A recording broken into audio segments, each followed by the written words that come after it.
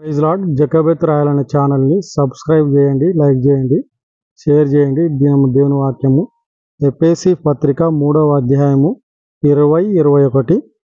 మరి మనలో కార్యసాధకమైన తన శక్తి చొప్పున మనము అడుగు వాటన్నిటికంటేను ఊహించు వాటన్నిటికంటేను అత్యధికంగా చేయ శక్తిగల దేవునికి క్రీస్తు యేసు మూలముగా సంఘములో తరతరములు సదాకాలము మహిమ కలుగునుగాక.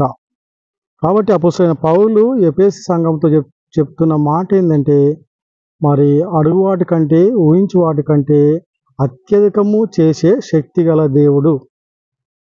ఆ రీతిగా అబ్రాహాం జీవితంలో కూడా, శారా జీవితంలో వారు సంతానం లేదని బాధపడతా ఉన్నారు. అయితే దేవుడు మరి వారు వారసుడు కొరకు బాధపడతా ఉన్నారు, వారసుడు లేడని. అయితే దేవుడు అబ్రాహాం శారా జీవితంలో వారు ఒక్క కుమారుని కొరకే మరి బాధపడతా ఉంటే, దేవుడు ఆకాశ నక్షత్రముల కంటే ఇసుక రేణుల కంటే నీ సంతానాన్ని ఎక్కువగా ఇస్తానని, నీకు చేతనైతే ఆకాశ నక్షత్రము లెక్కించుకోమని చెప్తూ వచ్చినాడు. అబ్రాహాం జీవితంలో ఒక్క వారసుడు లేనందుకు అబ్రాహాం శారా బాధపడుతున్న సందర్భంలో దేవుడు అడిగిన దానికంటే, ఊహించిన దానికంటే అబ్రాహాం జీవితంలో సంతానాన్ని ఇస్తూ వచ్చినాడు.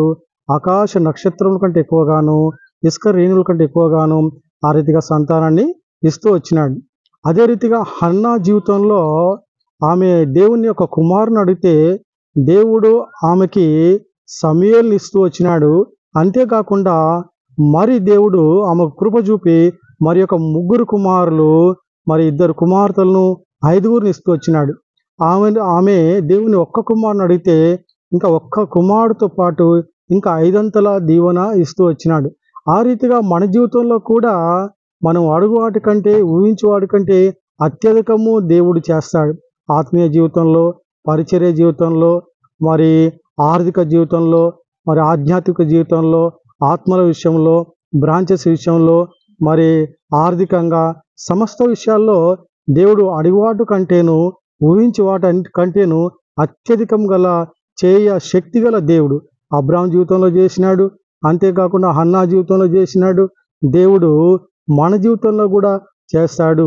కాబట్టి మనం అడుగు వాటి కంటే ఊహించి వాటికి అన్నిటికంటే అత్యధికంగా మన జీవితంలో ఆర్థికంగా, ఆత్మీయంగా, మరి పరిచర్యలో, ఆత్మల విషయంలో, సంఘాల విషయంలో, సమస్త విషయంలో దేవుడు ఆ రీతిగా మరి దేవుడు అత్యధికంగా ఇచ్చువాడు.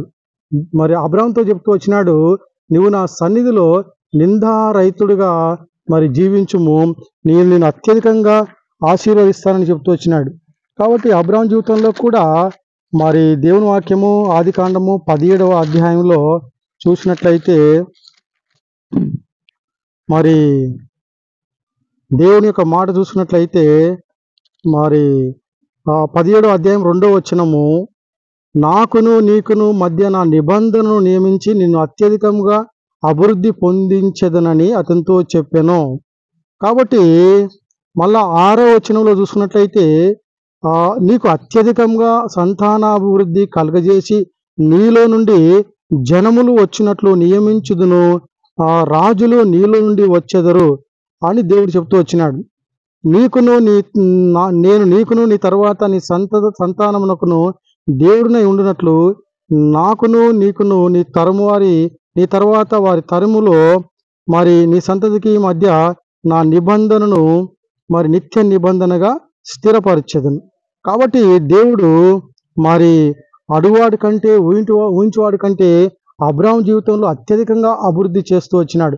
మనం కూడా దేవుని సన్నిధిలో మరి ఆదికాండం 17వ అధ్యాయంలో దేవుడు 99 ఏళ్ళప్పుడు అబ్రాహాంకు ప్రత్యక్షమై మరి నేను సర్వశక్తి గల దేవుడను, నా సన్నిధిలో నడుచుచు నిందారహితుడు అయి ఉండుము, మరి నిన్ను అత్యధికంగా అభివృద్ధి పొందించదనని అబ్రాహాంతో చెప్పి అబ్రాహాం సంతానాన్ని ఆకాశ నక్షత్రముల కంటే ఇసుక రేణుల కంటే ఎక్కువగా ఆశీర్వదిస్తూ వచ్చినాడు.